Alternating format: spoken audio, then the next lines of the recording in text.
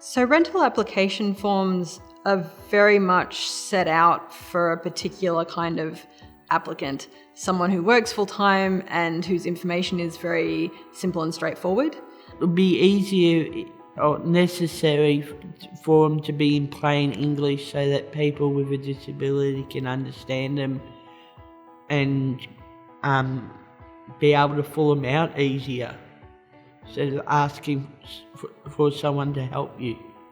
A one size or a one method application doesn't work for everybody else.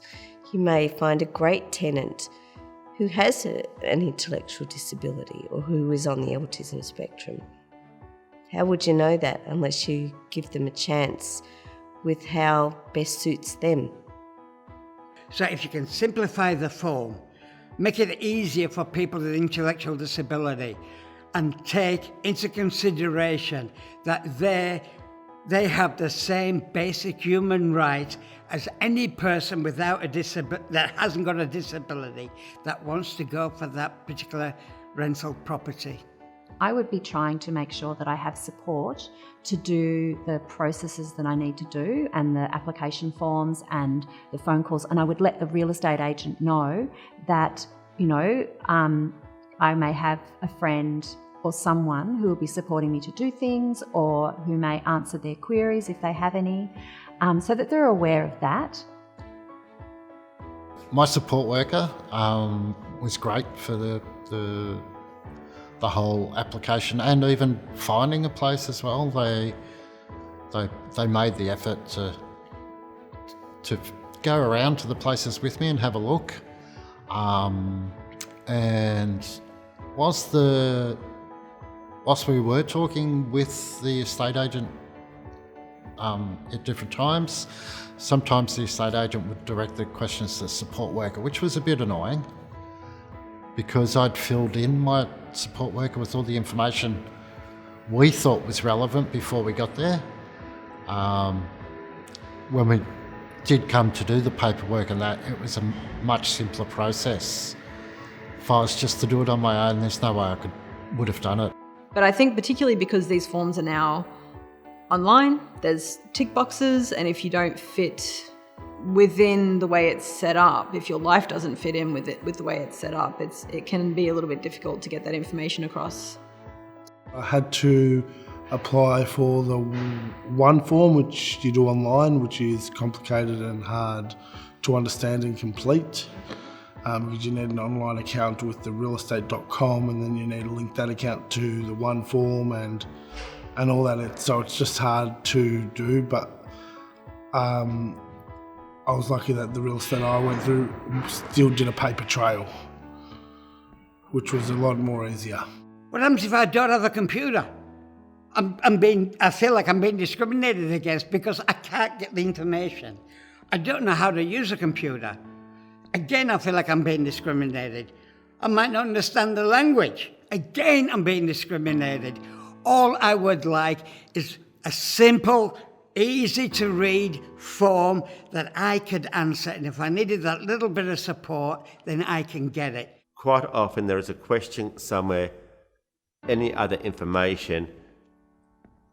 Well, there used to be with paper applications. I presume that question would be there with an online application.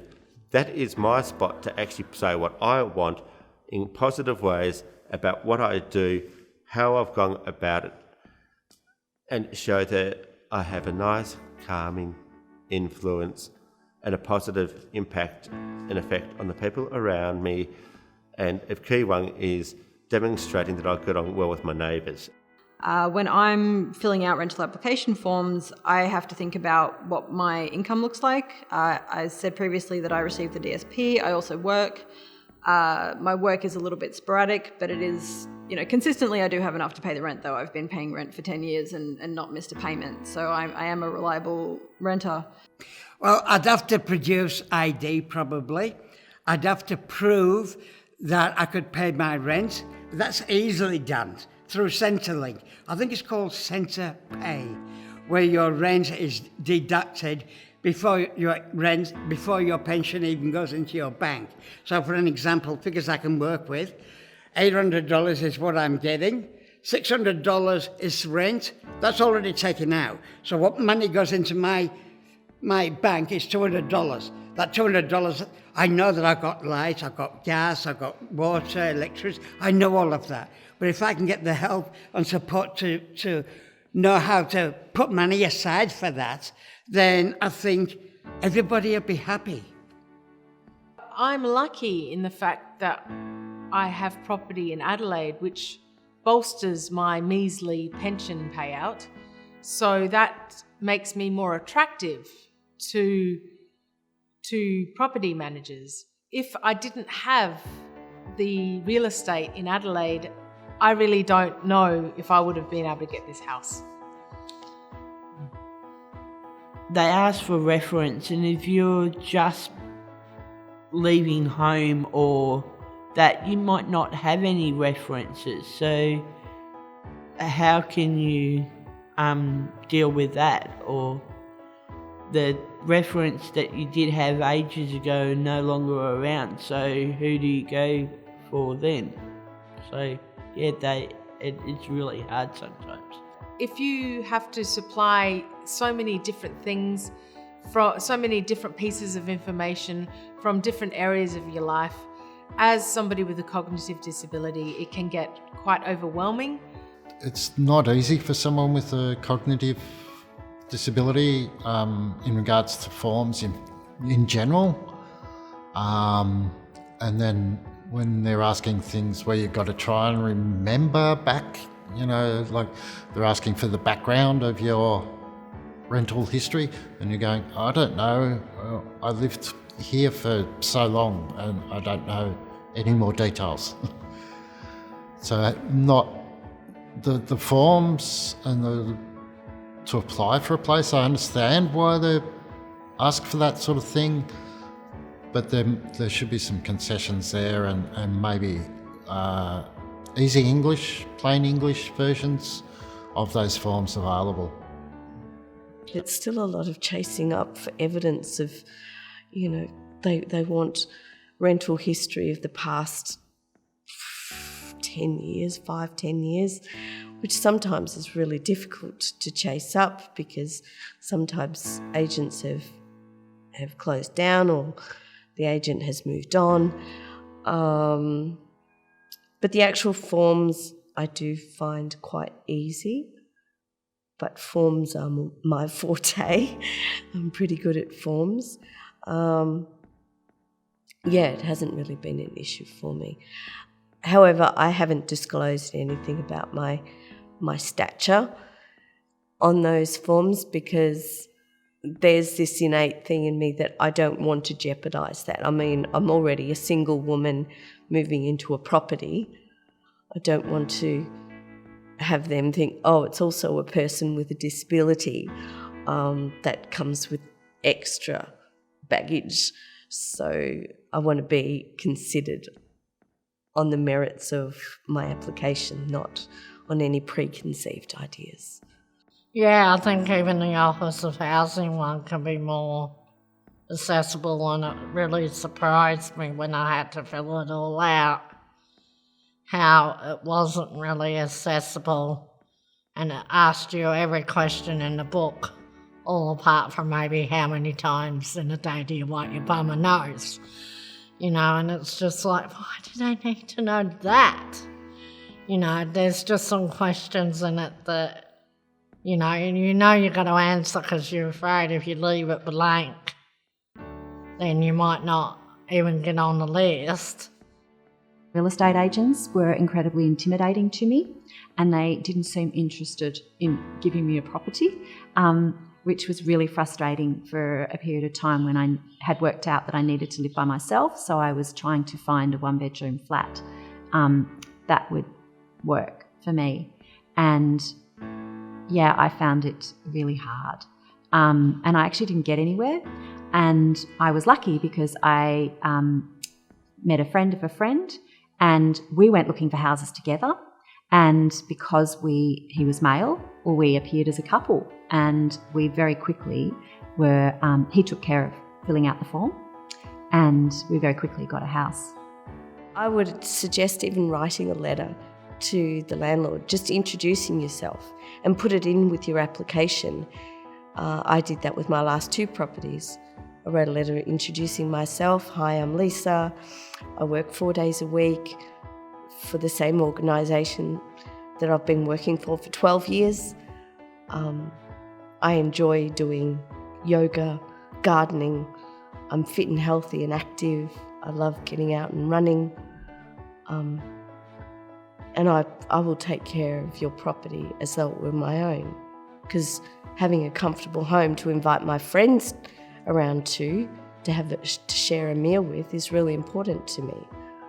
So yeah, I think those are the 2 top tips really. Know your budget, know what you can afford, and introduce yourself and be confident. People go through a real estate agent process and survive it.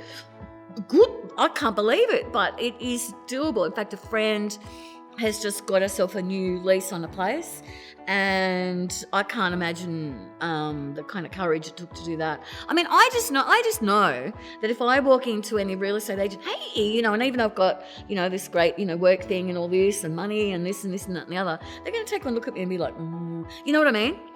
So I just think you've got to be really sort of a bit, talkative, loud, upfront, positive, upbeat, and lots of good luck. If you're going to weigh us up with someone who's able-bodied, we're probably a lot better because we'll stay there till you tell us to move probably, and because we don't tend to want to move unless we have to.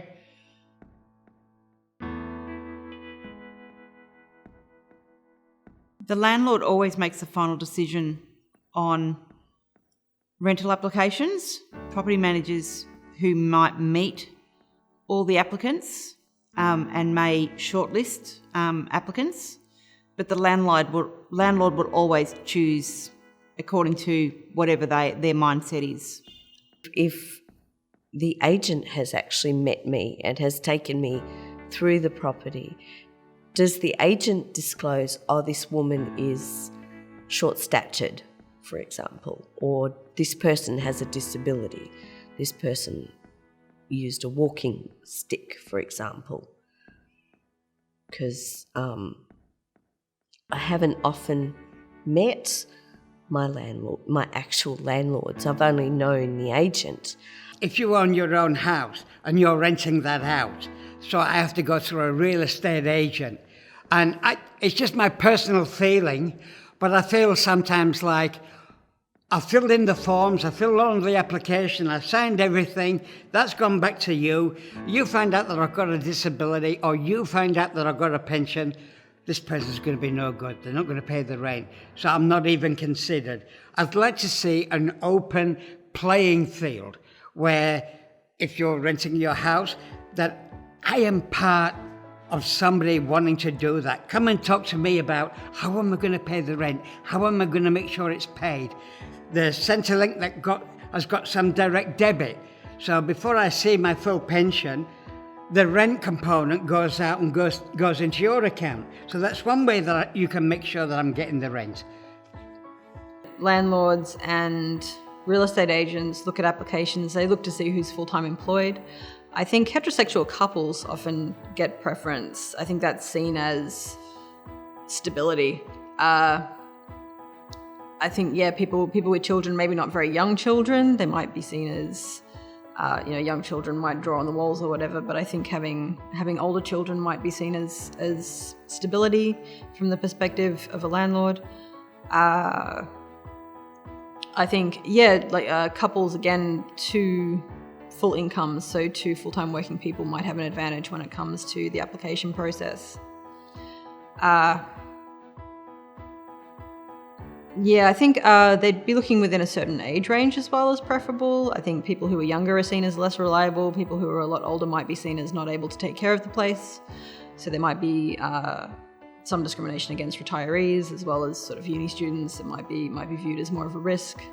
I think women are sometimes seen as preferable in terms of they might be more likely to look after a flat. I think like a man living alone might be perceived as, he's going to be a bachelor, he might not look after the place. This is all stereotypes. This is not necessarily I'm making some assumptions here. I have not been on the other side of this, but I think this is what I assume the discrimination looks like in the process.